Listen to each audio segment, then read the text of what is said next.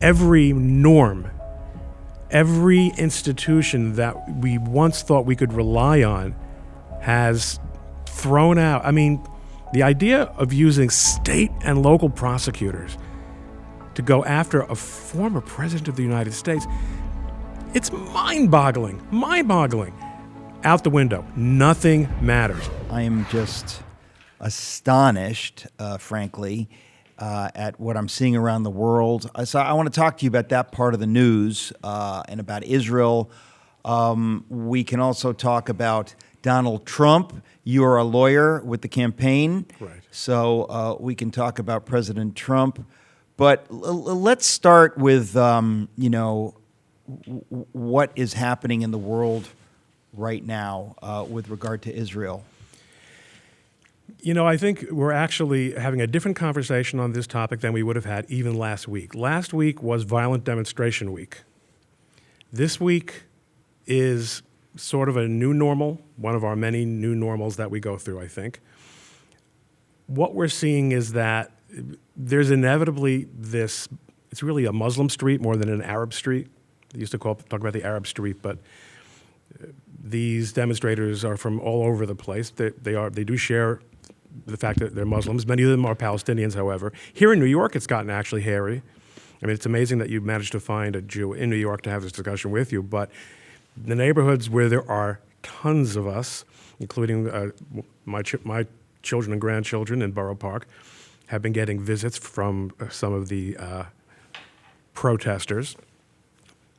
No one's particularly worried about his safety in these neighborhoods, but the general trend here is the Jews are being used as sort of a leading edge in what seems to be almost a systematic program. Some people are absolutely positive that it's planned to create a new level of acceptance and presence for radicalism, and especially as expressed in violent conduct. Yep. And the thing that blows my mind is that as extreme as people's nastiest comments might be, we wouldn't be feeling any sort of crisis mentality if it weren't for the fact that there's been this toleration of violence from the left that has been absolutely rubber-stamped. They may as well just put it on letterhead at the White House. I mean, after that demonstration at the White House where they arrested one person,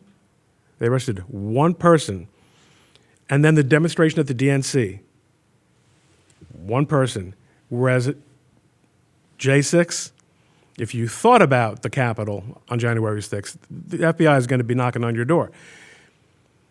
The violence that has been elevated to the level of tolerance, Yeah. Tolerated. What we're talking about, we have to say it. I have to say it. Ladies and gentlemen, we've never seen anything like this in America. This is satanic evil. There's no other word for it. I have a friend who's in solitary confinement because he was there at the Capitol on January 6th. To say he did nothing, this man is an American hero. He did nothing, and he is in solitary confinement.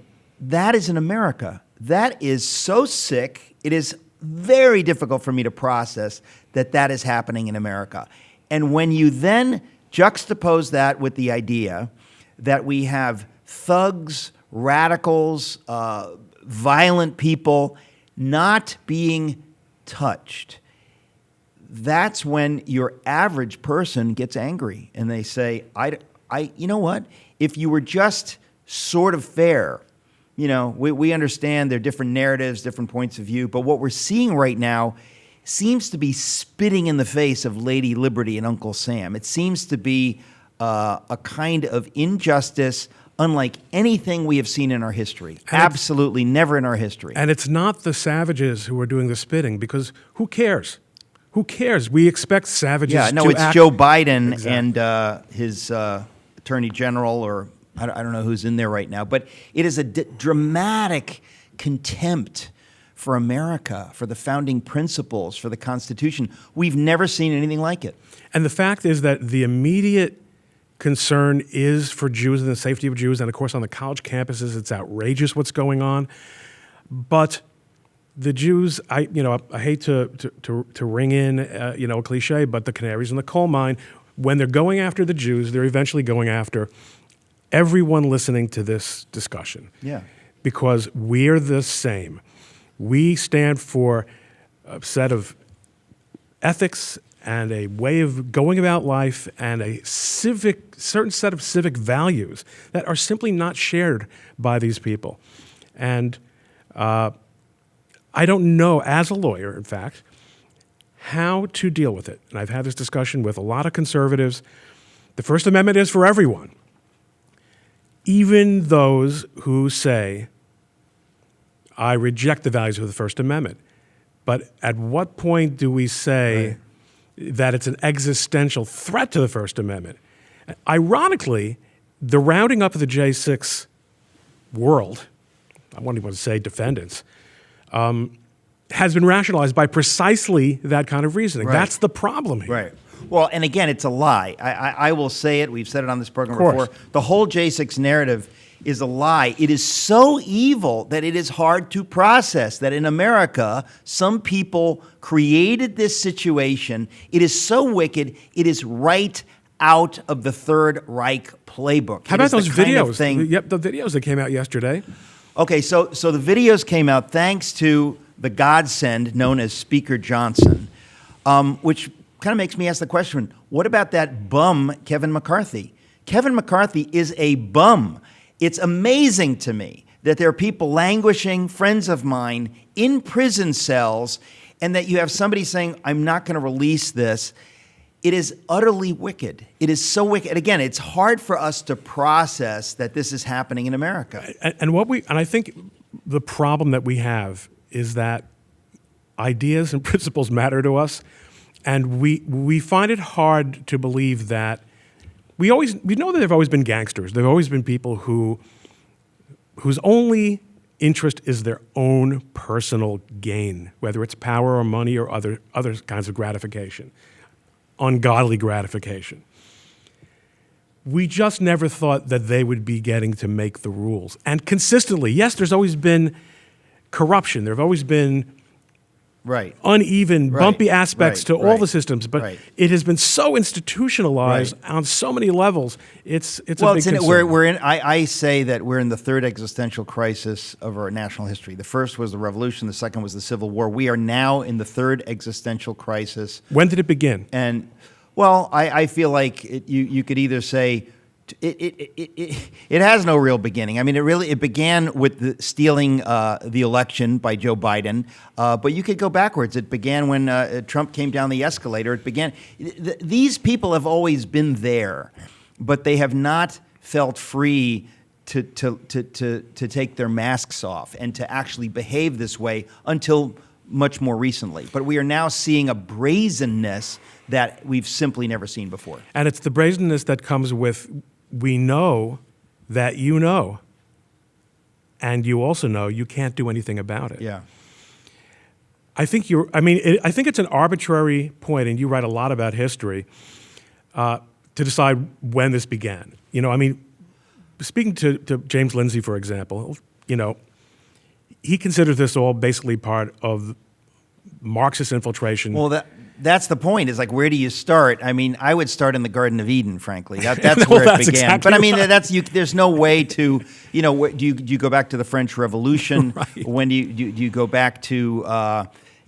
This has been something that we've seen in history. But the fact is that even though these forces existed in this country, they've never been so open. They've never been so encouraged and brazen. And somehow Trump gave them the license to Oh, open Trump that. is Hitler 2.0. Folks, I'm talking to Ron Coleman.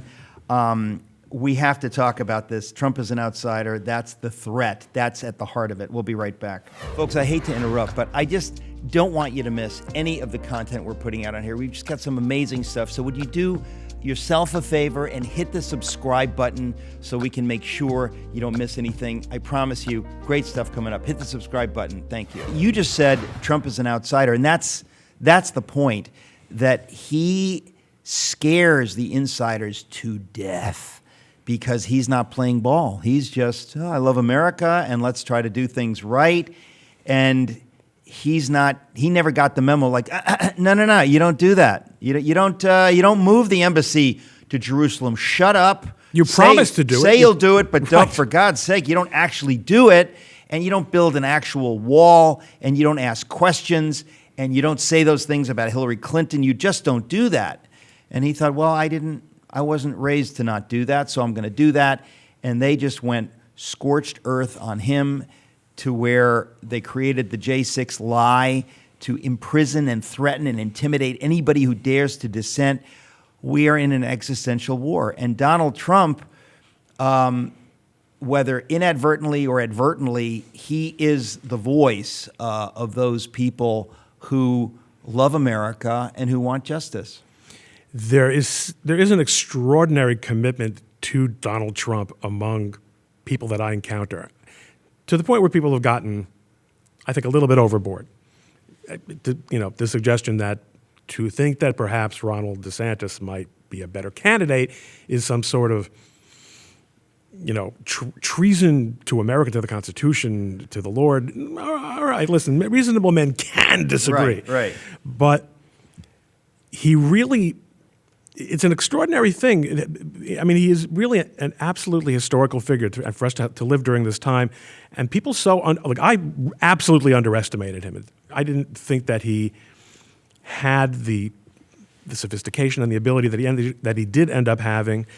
And that I saw on display. I was, like a lot of people, disappointed on some of the follow-through. And look, you're coming down from New York. You've been in the real estate business your whole life. Sure, you've got some experience with Hollywood, but Washington is a different universe altogether. Sure. And he made a mistake that any, again, reasonable person would make, of saying, okay, well, I'm the Republican president, so I'll just rely on my fellow Republicans, and they'll walk me through this, and they'll help. They'll orient me to Washington, and we'll get things done together.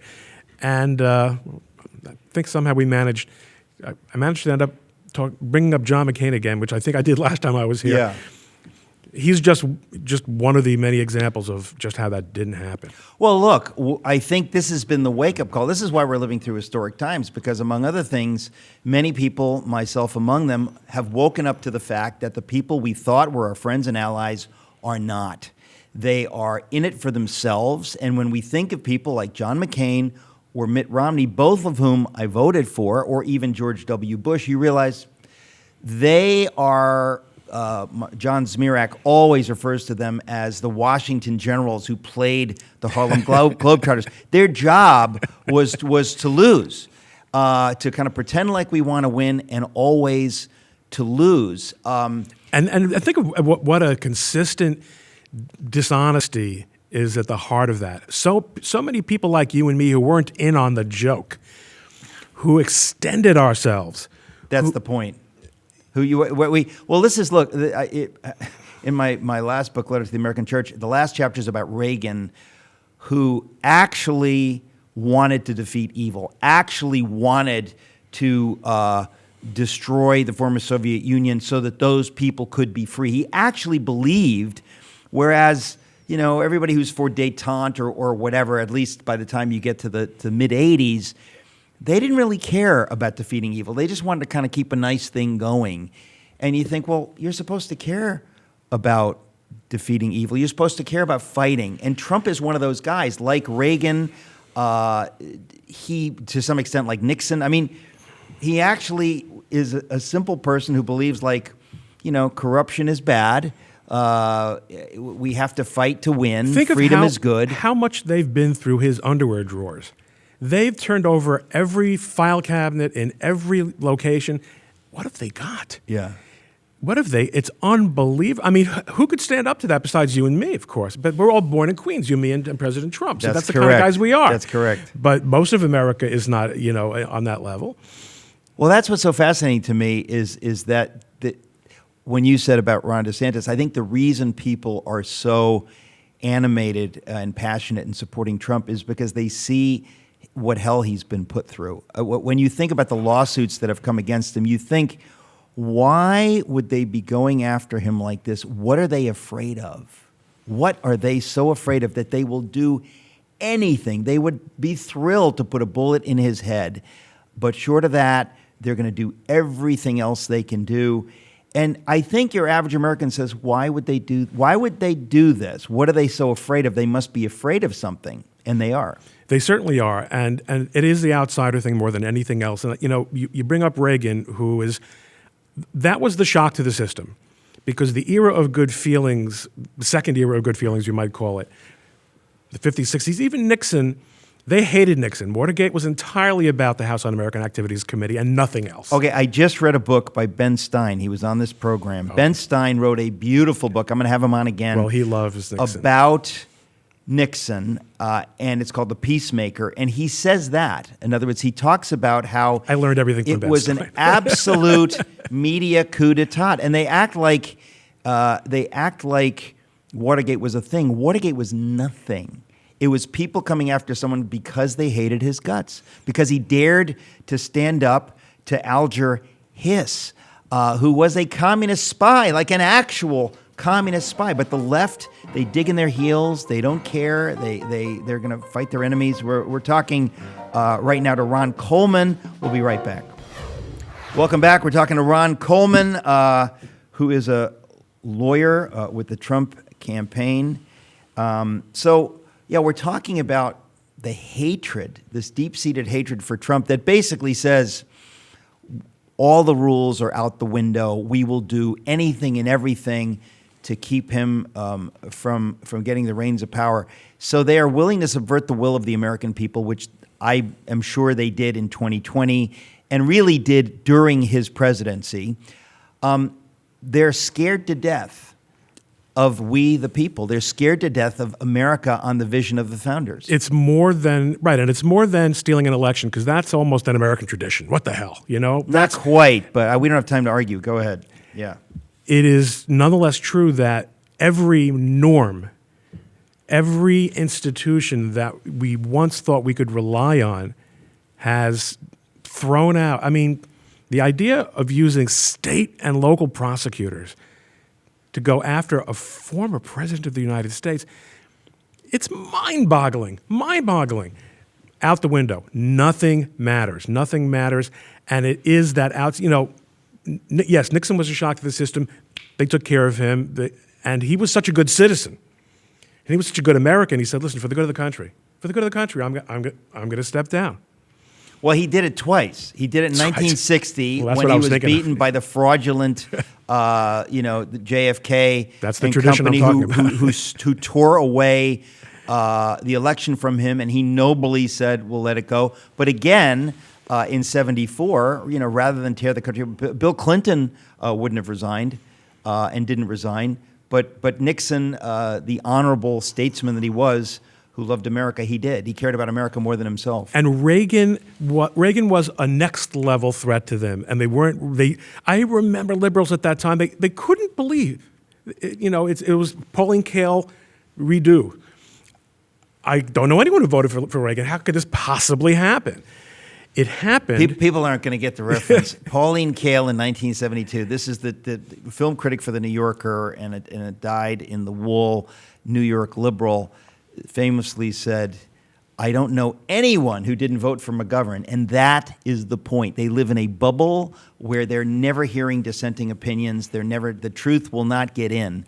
And so this is where we are. It's the cultural elites despise these populist America-loving, leaders. And that's the thing. They don't hate Trump at all. They don't really care about Trump at all. He is merely a target. Yeah. I mean, I've lived in New York or in the New York area my entire life. Donald Trump, when he got the nomination, all of a sudden I started hearing Donald Trump racist. Racist.